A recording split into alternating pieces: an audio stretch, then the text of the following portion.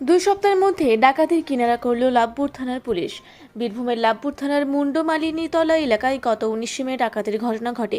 জানা যায় 19 মে রাত 10টা নাগাদ সাঁইথিয়া সুরেন্দ্র ওয়েল মিলের টাকা আদায় করে ফিরছিলেন এক কর্মী। লাভপুর থানার মুন্ডমালিনীতলা আসতেই কয়েকজন দুষ্কৃতী একটি 4 চাকা গাড়ি ঘিরে ধরে, আর সেই সময়ই গাড়িতে থাকা টাকা নিয়ে চম্পট দেয় দুষ্কৃতীরা।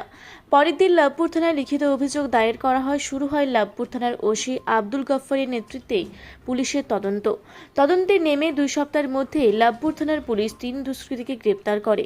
তারপরই শুরু হয় জিজ্ঞাসাবাদ। ওই 3 দুষ্কৃতীরা স্বীকার করে যে তারাই ডাকাতি করেছিল। তাদের কাছ থেকে 6,25,000 টাকা উদ্ধার করা হয়েছে বলে জানা গেছে পুলিশ সূত্রে। লাভপুর থানার পুলিশের এই সহযোগিতা পেয়ে খুশি সাঁইথিয়া সুরেন্দ্র ওয়েল মিলের কর্ণধার ও কর্মীরা। লাভপুর থানার ওসি আব্দুল গফফার ও লাভপুর থানার পুলিশ কর্মীদের ধন্যবাদ জানিয়েছেন সাঁইথিয়া সুরেন্দ্র ওয়েল মিলের কর্ণধার। লাভপুর থানার পুলিশের এই সাফল্যে খুশি এলাকার জনসাধারণ।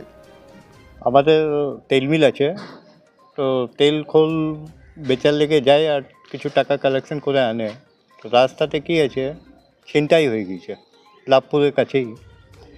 তো লাভপুর থানা ওসি আর লাভপুর বড়োবাবু, লাভপুর সবাই পুলিশ কর্মী যারা আছেন খুব ভালো কাজ করেছেন আর টাকাটা উদ্ধার করে দিয়েছেন।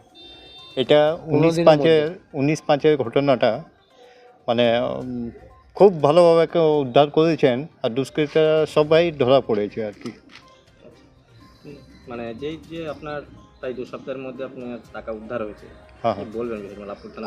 খুবই প্রশাসনের কাজ এবং মানে বড়বাবুর তো এই যে উদ্যোগ লাভপুর থানা কীভাবে দেখছেন আপনারা? খুবই ভালোভাবে দেখছি। আর এটা একটা ব্যবসার লেগে খুবই নিরাপত্তা যা কাজ করেছেন লাভপুর বড়োবাবু নেতৃত্ব যারা সবাই আছেন আর কি, যা কাজ করেছেন খুবই প্রশংসনজনক, খুবই প্রশংসা আছে ওনার। আপনার নাম পরিচয়? সঞ্জয় কুমার কোচর, সাঁইথিয়া বাড়ি, হ্যাঁ, সুন্দর মিল। লাভপুর থেকে ইকবাল হোসেনের রিপোর্ট, রূপসী বাংলা মিডিয়া।